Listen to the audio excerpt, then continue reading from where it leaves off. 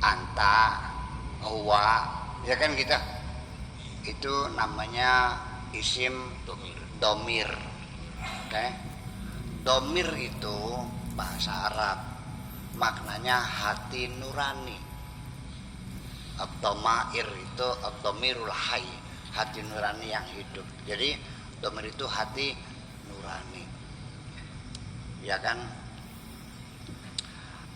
Kemudian Allah tidak mengklaim aku saja, tapi juga engkau juga Allah. La ilaha illa anta. Tapi dia juga siapa? Dia juga Allah juga kok. La ilaha illa Allah. Allah juga mengklaim aku. La ilaha illa ana fa'budni. Terus yang jadi masalah apa?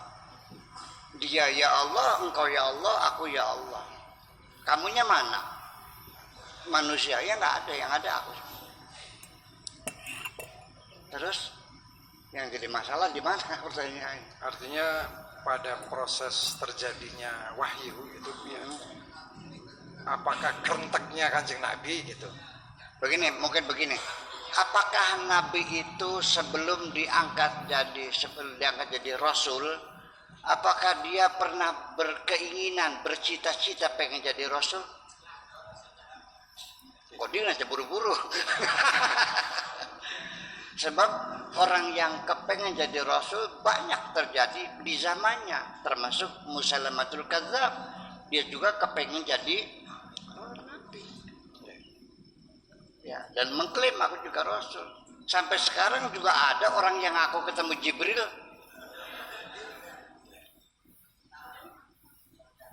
Tapi ya mudah-mudahan di sini jangan ada yang ngaku jadi Nabi ya. Nah itu persoalannya. Ya jadi saya kira sah-sah saja. Nabi Musa juga mengatakan jangan-jangan aku yang diangkat Rasul. Kan begitu. Kan bisa saja. Kita juga kan punya angan-angan. Boleh saja kan.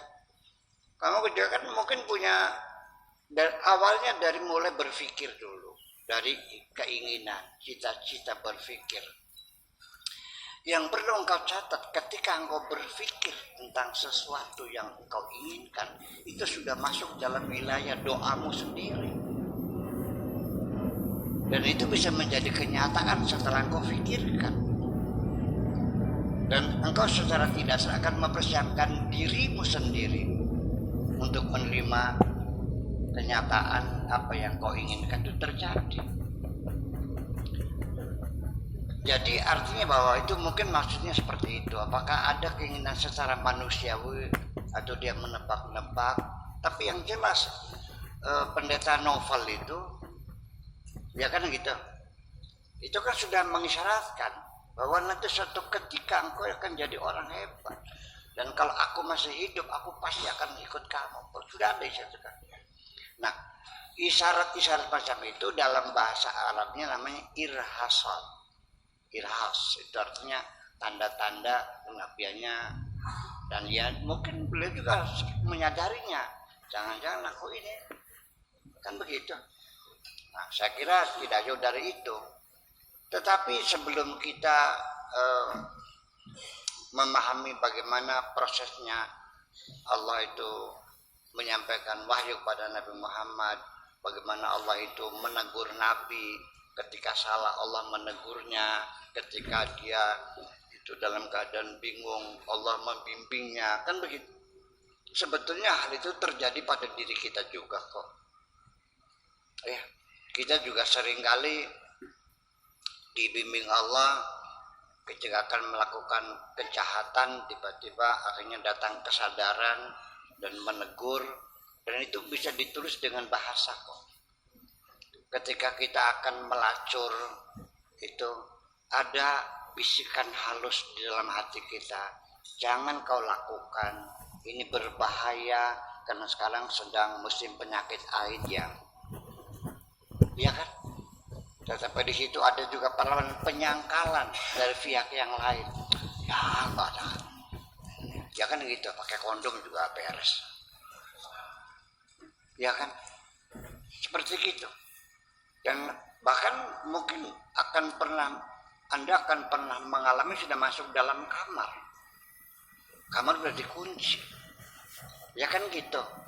Tiba-tiba datang sesuatu yang mengerikan di wajahmu itu, sehingga engkau lari terbirit-birit, ya lari sambil telanjang sambil nengteng celana. Betul nggak? Ya. Nah ini kan dilukiskan dalam Al-Quran. Yusuf dan Zulaikha itu sudah terjebak dalam dorongan seksual yang luar biasa. Karena bagaimanapun Zulaikha cantik jelita loh. Anaknya pejabat tinggi, istrinya pejabat tinggi. Sampai sekarang juga kalau istrinya orang kaya raya mah cakep juga kan. Ya. Glowing. Iyalah gitu. Dan Yusufnya juga gantengnya luar biasa. Ini yang mengatakan bukan saya tapi Al-Quran. Walaqad hammat bihi. Zulaikha sudah terbius ya. Sudah rasanya sudah kayak apa itu udah. Iya kan? Iya. Wa hamma biha. Yusuf juga sama, sudah bergairah juga. Hampir terjadi laula ar-ra'a burhana rabbih. Nah, itu bukan Yusuf saja. Kamu juga akan pernah mengalaminya. Coba kamu tuliskan dengan bahasa Arab, mungkin diduganya wahyu. Iya kan? Ya. Nah, ketika terjadi pertengkaran di dalam dirimu, menggunakan bahasa enggak? Menggunakan. Ya. Ada suaranya enggak? Tidak ada. Enggak ada. Ada hurufnya enggak? Tidak ada. Ya seperti itulah kira-kira. Kita mencoba untuk memahami bahwa apapun yang dialami oleh para rasul, saya kira intuisi itu datang seperti itu. Dan setiap intuisi itu selalu masuknya ke otak bawah sadar. Ya, intuisi bukan masuk dalam otak sadar, tapi bawah sadar. Kata orang Arabnya namanya al-aqlu la wa'yi, otak bawah sadar. Itu. Tapi kalau kita menghafal, membaca, itu otak sadar. Tapi kalau kita tiba-tiba dapat intuisi, dapat ilham dan sebagainya, dapat wangsit, itu otak bawah sadar dengan sendirinya. Saya kira prosesnya seperti itu aja lah.